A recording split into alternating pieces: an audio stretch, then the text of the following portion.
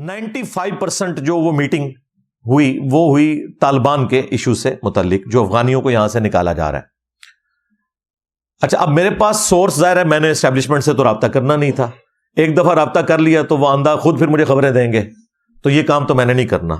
یہ کام عمران خان صاحب کو مبارک ہو، نواز شریف صاحب کو مبارک ہو، ہمیں معاف رکھیں۔ تو میں تو جو وہاں پہ ریئل ٹائم علماء موجود تھے میں نے ان کو کال کی، مختلف علماء سے میں نے گفتگو کی۔ ان میں سے ایک ایسے تھے جنہوں نے مکمل نوٹس بنائے ہوئے تھے، آلموسٹ 57 منٹ میری 1 گھنٹہ فون پہ ان سے بات ہوئی۔ انہوں نے جو میں پوائنٹ ان سے پوچھتا گیا کہ کیا اس میں یہ چیز ڈسکس ہوئی، یہ ہوئی، تو انہوں نے بتایا نہیں یہ چیز ڈسکس ہوئی۔ تو وہ میں نے جو مجھے زبانی یاد ہے میں وہ چیزیں جو کریٹیکل آپ کے ساتھ ڈسکس کر لوں گا۔ بہرحال اس میٹنگ میں جو ایک چیز بعد میں سامنے آئی سوشل میڈیا کے اوپر، ایک کہ جی آرمی چیف جو ہے وہ بلٹ پروف اسکرین کے پیچھے بیٹھ کے تو علماء سے خطاب کر رہے تھے۔ وہ بلٹ پروف نہیں تھی کوئی اسکرین سامنے ان کے، وہ چونکہ پیچھے پالش ہوئی بھی تھی تو وہ عکس اس لیے پیچھے پڑ رہا تھا لائٹوں کا کہ وہ پیچھے ساری پلین جگہ ہے۔ خیر، وہ جن لوگوں نے یہ ساری ایک معاملات کو چلایا تھا، یعنی ہمارے جو بیچارے پی ٹی آئی کے چند نوجوان ہیں، تو پی ٹی آئی کے ہی یوٹیوبرز نے نفی کر دی کہ نہیں یہ بالکل غلط پروپیگنڈا ہو رہا ہے، ایسی کوئی بات نہیں ہوئی ہے۔ اسی طریقے سے یہ بھی مشہور کیا جی پاکستان جو ہے وہ اسرائیل کو اسلحہ دے رہا ہے، وہ کوئی گل کرنے والی کرو، ٹھیک ہے؟ تو آڈے کو F-16 بھی پورا کوئی نہیں تے اونا کو F-35 16 تھوڑی 32 تے جمع 3-35 این جڑتا ہے وہ جہاز، رن وے تے بھی نہیں نسدا، ایسے وہ بالکل ہیلی کاپٹر کی طرح اڑتا ہے وہ۔ تو اسرائیل نے ہم سے لینا ہے، اللہ سے ڈر جائیں یار، کو بات کرنے والی کریں۔ یہ تو بالکل اس طریقے سے ہے کہ کوئی بزرگ بابوں کا ماننے والا قرآن و سنت کا حوالہ پیش کرتے ہیں، ان کا کیا لینا دینا قرآن و سنت کے ساتھ بھائی؟ تو اسرائیل نے ہم سے اسلحہ لینا ہے بھائی، جو دنیا کو اسلحہ دے رہے ہیں، ٹھیک ہے؟ انڈیا جیسا ڈیولپڈ ملک ان سے اسلحہ لیتا ہے، ٹھیک ہے؟ تو وہ تو ان کو ہمارے اسلحے کی ضرورت نہیں ہے، یہ ان خوابوں کی دنیا سے باہر نکلے، وہ بہت آگے ہیں ہم سے ٹیکنالوجی کے اندر۔ تو یہ ایک پروپیگنڈا کیا گیا مختلف سائٹس کے اوپر، انڈیا نے بھی اس پروپیگنڈے کو گود میں لیا، اور اس طریقے سے پھر یہاں تو آپ کو پتہ ہے آلموسٹ اس وقت ساری سیاسی جماعتیں کچھ ظاہراً اور کچھ باطناً اسٹیبلشمنٹ کی کمزوریاں ڈھونڈ رہی ہیں، اور کوئی بھی بات ان کو ملتی ہے نا تو وہ چڑھ دوڑتے ہیں۔ تو یہ 2 باتیں اس حوالے سے بالکل غلط تھی، میں نے وہ کلیئر کر دی۔ باقی وہاں پہ 95% ڈسکشن ہوئی اس ٹاپک پہ جو افغانیوں کو نکالا جا رہا ہے۔ ظاہر ہے کہ مسلمان ہونے کے ناطے ہماری ہمدردیاں دوسرے مسلمان بھائیوں کے ساتھ جڑی ہوئی ہیں، اور ہمارے ملک کی جو صورتحال ہے اکانومی کی، اس کی وجہ سے اس طرح کا ڈیسیژن گورنمنٹ کو لینا پڑ رہا ہے، ورنہ تو ہماری تو کبھی خواہش نہیں ہے۔ ہم تو چاہتے ہیں کہ دنیا میں جہاں کہیں کوئی مظلوم مسلمان ہے وہ پاکستان میں آ جائیں، کاش ہماری اکانومی اتنی مضبوط ہو کہ ہم انہیں سپورٹ کر سکیں، اور جس طرح نبی صلی اللہ علیہ وآلہ وسلم نے ایک مہاجر اور ایک انصار کو بھائی بھائی بنا دیا تھا، مواخات کے اندر باندھ دیا تھا، ہم بھی برما کے مسلمانوں کو، اسی طریقے سے فلسطین کے مسلمانوں کو، افغانستان کے مسلمانوں کو، باقی جو بھی کس پرسی کی زندگی گزار رہے ہیں انہیں سپورٹ کر سکتے، کاش ایسا ہوتا۔ اب یہ مسئلہ زیادہ اس لیے گرم ہوا کہ آپ کو پتہ ہے کہ جب تک امریکہ یہاں موجود تھا تو مشرف صاحب نے جو غلط ڈیسیژن کر کے پاکستانی قوم کو اور پاکستان کے اداروں کو امریکہ کی جنگ کے اندر جھونک دیا، اس کی وجہ سے افغان عوام خواہ ادھر رہتی ہو یا وہاں رہتی ہو وہ پاکستان سے نفرت کرتی ہے، پاکستانیوں سے نہیں، پاکستان کی پالیسیز سے۔ اور ظاہر ہے کہ ہم بھی ان کی جگہ ہوتے ہیں تو یہ نیچرل ہے۔ اور اس کی پھر ایگزیجریشن یہ ہوئی کہ یہاں پہ ٹی ٹی پی بن گئی، اور انہوں نے پاکستانی فوج کو شہید کرنا شروع کر دیا، عوام کے اوپر حملے کرنے شروع کر دیے، اور پولیس کے اوپر حملے کرنے شروع کر دیے، جس کے اگینسٹ پھر ضرب عضب اور رد الفساد اور یہ سارے آپ کو پتہ ہے آپریشنز ہوئے۔ جب افغانستان سے امریکہ چلا گیا 15 اگست 2021 کو آفیشلی اناؤنسمنٹ ہوئی ان کی، تو پاکستان یہ امید کر رہا تھا کہ ٹی ٹی پی جو ہے ان کو ٹی ٹی اے یعنی تحریک طالبان افغانستان کنٹرول کرے گی، ایٹ لیسٹ پاکستان کے اندر اب وہ کارروائیاں چھوڑ دیں. اور اس میں ٹی ٹی پی کے بھی کئی دہشت گرد ایسے تھے جو امریکہ کی جیلوں میں تھے. افغانستان کو جب آزادی ملی امریکہ سے تو ان جیلوں سے وہ لوگ بھی چھوٹ گئے. اب پاکستان کی ڈیمانڈ تھی کہ ان لوگوں کو ہمارے حوالے کریں, انہوں نے ہمارے حوالے نہیں کیا. پاکستان نے پھر بھی صبر کا مظاہرہ کیا کہ ٹھیک ہے اپنے پاس بھی رکھنا ہے تو انہیں لگام دے کے رکھیں. لیکن آپ کو پتا ہے کہ پچھلے کچھ عرصے سے دہشت گردی کے واقعات کتنے زیادہ ہو گئے بلوچستان کے اندر, ناردرن ایریاز کے اندر.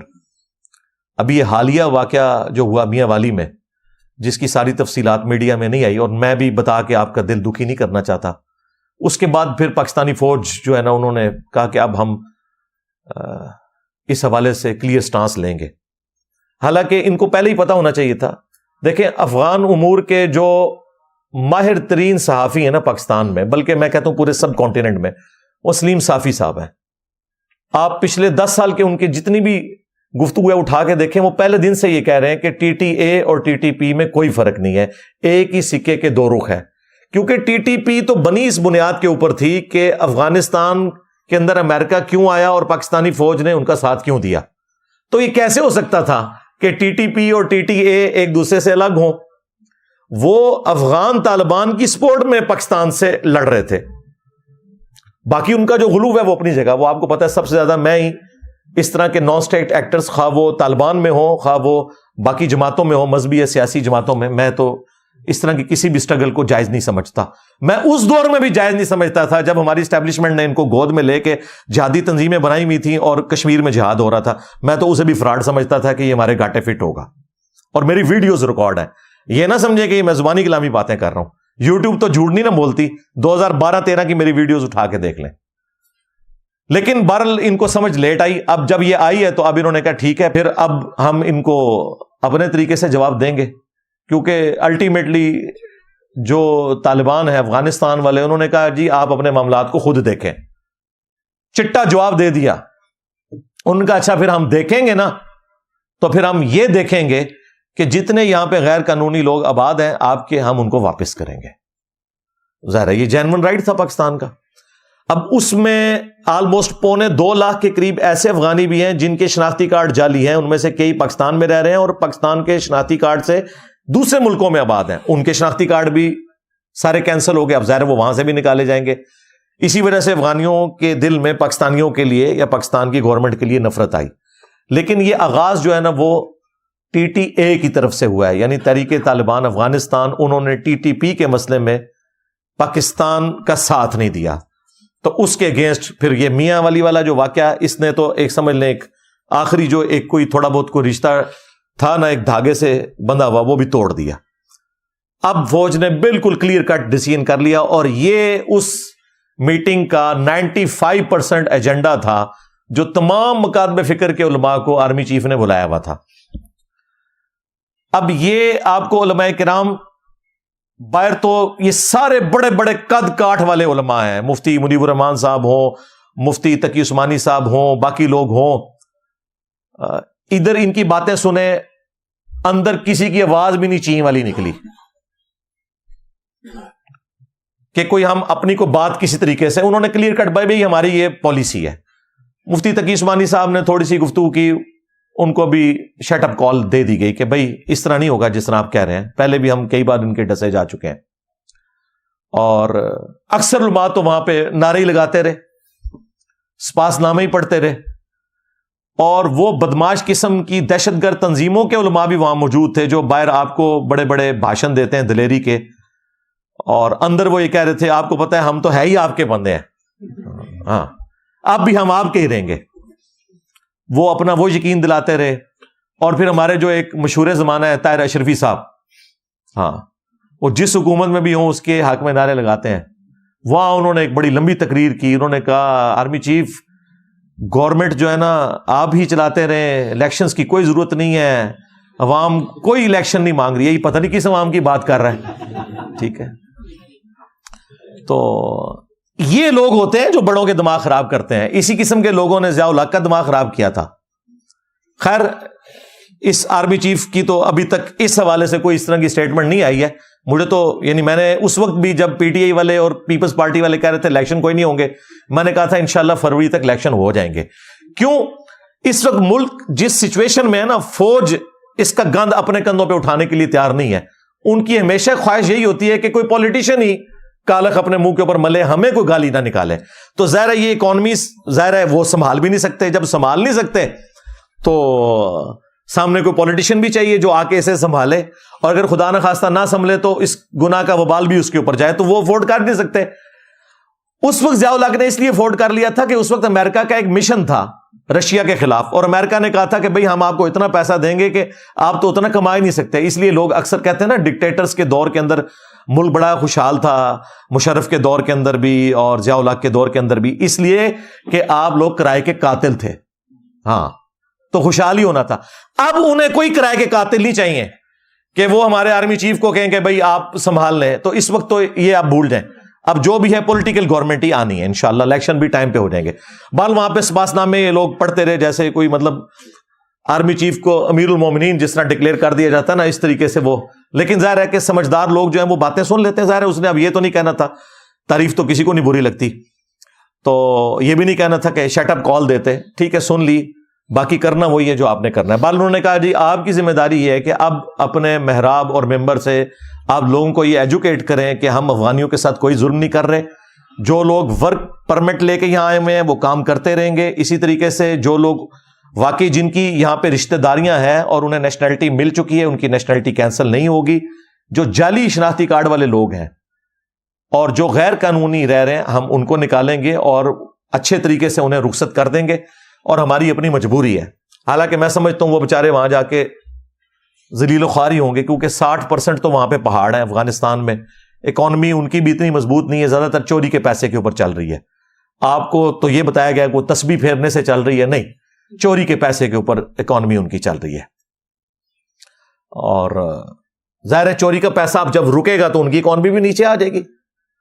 کیسے چل سکتا ہے؟ اسمگلنگ کے اوپر اور یہ سارے معاملات. پاکستان کو اپنا لاس ہو رہا ہے آلموسٹ $7.5 ارب ہر سال نقصان ہوتا ہے اس چوری کی اکانومی کی وجہ سے، اور اس کا فائدہ ان کو ہوتا تھا. تو بہرحال اب انہوں نے ڈیسائیڈ کر لیا کہ یہ اب اینڈ ہے، اور مجھے نہیں لگتا اب یہ اتنی آسانی سے کوئی یہ پالیسی ریورس ہوگی. یہ میجر ایجنڈا تھا. اور علماء کو انہوں نے کہا کہ آپ جا کے لوگوں کو ایجوکیٹ کریں. علماء کو تو اس میں سے کچھ بھی نہیں ملنا. تو میں نے انہی علماء میں سے کچھ علماء سے جب پوچھا، انہوں نے کہا ہمارا دماغ خراب ہے کہ ہم جا کے محراب اور ممبر سے یہ باتیں کریں، اور کسی نے بھی نہیں کرنی. ظاہر ہے کہ جو میجر لوگ بیٹھے ہوئے ہیں بیچ میں وہ تو دیوبندی فرقے کے لوگ ہیں، وہ کب بھی افغانیوں کے بارے میں یہ بات کریں گے؟ وہ خود طالبان کے بینیفیشری ہیں اور طالبان ان کے بینیفیشری ہیں، وہ بھی نہیں بات کریں گے. بریلوی کہنے کے بالکل ٹھیک ہو رہا ہے نا دیوبندیاں نال، ٹھیک ہے. اور شیعہ تو بےچارے ویسے ہی ضیاء الحق کے سنی شیعہ وار کے ڈسے ہوئے ہیں، ان کو تو اسٹیبلشمنٹ سے ویسے ہی کوئی ہمدردی نہیں ہوتی اس اعتبار سے، کیونکہ وکٹم رہے ہیں اس اسٹیبلشمنٹ کے جس میں شیعہ کا قتل عام ہوا ضیاء الحق کے دور کے اندر. اور اہل حدیث تو بےچارے ویسے ہی وہ تو ساڑھے تو بھی تھوڑے نے، انہوں نے تو کوئی ورتھ ہی کوئی نہیں. تو یہ اینڈ رزلٹ اس کا یہ تھا جی. باقی آخری 5 منٹ تسی بھی دند کٹ رہو، تہاڈی بھی گل ہوئی ہے اتنے. آخری 5 آپ سمجھ لیں پرسنٹ جو گفتگو تھی نا، وہ سیاسی جماعتیں جو فوج کے خلاف سوشل میڈیا کے اوپر ایکٹیو ہیں، ہاں، جو کی بورڈ واریئرز ہیں، ان کے بارے میں ان کا بالکل کلیئر کا سٹانس ہے کہ کسی کو نہیں چھوڑیں گے، اور وہ آپ کو نظر بھی آ رہا ہے. اور دیکھیں میں اپنے اسٹوڈنٹس کو، چونکہ ہمارے اسٹوڈنٹس میں تو زیادہ تر بےچارے وہ بچے بچونگڑے ہی ہیں نا، ان کی عمریں بھی اتنی نہیں، وہ بےچارے اتنے میچور بھی نہیں ہیں. میں یہ سمجھا رہا تھا جب سے خان صاحب نکلے تھے کہ یار آپ نے بڑی احتیاط سے چلنا ہے. اگر اس وقت اس احتیاط کو فالو کیا ہوتا تو 9 مئی کا واقعہ نہ ہوتا. 9 مئی کا جو واقعہ ہے یہ فیسیلیٹیٹ ضرور ہوا ہے نہ نظر آنے والی قوتوں کی جانب سے، لیکن کرنے والے لوگ جو یوز ہوئے ہیں نا، وہ نظر آنے والے ہی لوگ ہیں. وہ اپنی جان اب نہیں چھڑا سکتے، بلکہ ان لوگوں کی وجہ سے جیو فینسنگ میں بےچارے عام عوام بھی آ گئے ہیں، اور وہ 10,000 سے زیادہ لوگ اس وقت جیلوں میں سڑ رہے ہیں، ان کے کیس بھی لگانے کے لیے کوئی تیار ہو رہا. میں نے تو پولیس کے سینئر آفیسر سے بھی بات کیا، انہوں نے کہا انجینئر صاحب بات یہ ہے کہ وڈیاں نو غصہ ہی اتنا ہے کہ کریے، ٹھنڈا ہو لین دو. چند ایک لوگ چلے، کوئی جن کے پاس پیسہ تھا وہ پاکستان کا جو ایک سسٹم کی خرابی ہے اس کی وجہ سے چھوٹ گئے. زیادہ تر تو بیچارے وکیلوں کی فیس بھی نہیں دے سکتے، بے قصور لوگ ہیں اندر. تو میں اس پلیٹ فارم سے پہلے بھی آرمی چیف سے بھی ریکویسٹ کی تھی، اور چیف جسٹس سے بھی، پرائم منسٹر صاحب سے بھی، باقی لوگوں سے بھی ریکویسٹ کروں گا کہ خدا کے لیے جو بیچارے معصوم بچے اس میں جیلوں کے اندر ہیں ان کو فوراً سے پہلے شناخت پریڈ کر کے رہا کریں، جو صرف بیچارے جیو فینسنگ میں آئے تھے. جو کوئی پروٹیسٹ کے اندر انوالو ہے، میں تو ان کے بارے میں بھی نرم گوشہ رکھتا ہوں کہ ان کے معاملے میں بھی نرمی کا رویہ اختیار کرنا چاہیے. اس کی وجہ یہ ہے کہ اگر ان کے ماسٹر مائنڈ اس زمانے کی اسٹیبلشمنٹ آج تک اسی طریقے سے دندناتے پھر رہے ہیں وہ لوگ، تو یار ان بچوں کو بھی چھوڑ دیں. مالی نقصان کی اگر بات کریں تو میرا خیال ہے مشرف نے جتنا مالی نقصان پہنچایا ہے اس قوم کو، تو کیا اب ہم فوج سے نفرت کرنا شروع کر دیں اس کی بنیاد کے اوپر؟ تو اگر وہ چند ایک لوگوں کی وجہ سے مالی نقصان ہوا ہے تو درگزر کریں یار. یہ کام نہ کریں کہ فوج اور پاکستان کی عوام آمنے سامنے آئے. اس کا الٹیمیٹلی نقصان فوج کو ہونا ہے اور پھر پاکستان کو بھی. تو اس لیے میں کہتا ہوں ان کے معاملے میں نرم رویہ ہے. یہ تو یعنی میرا موقف ہے.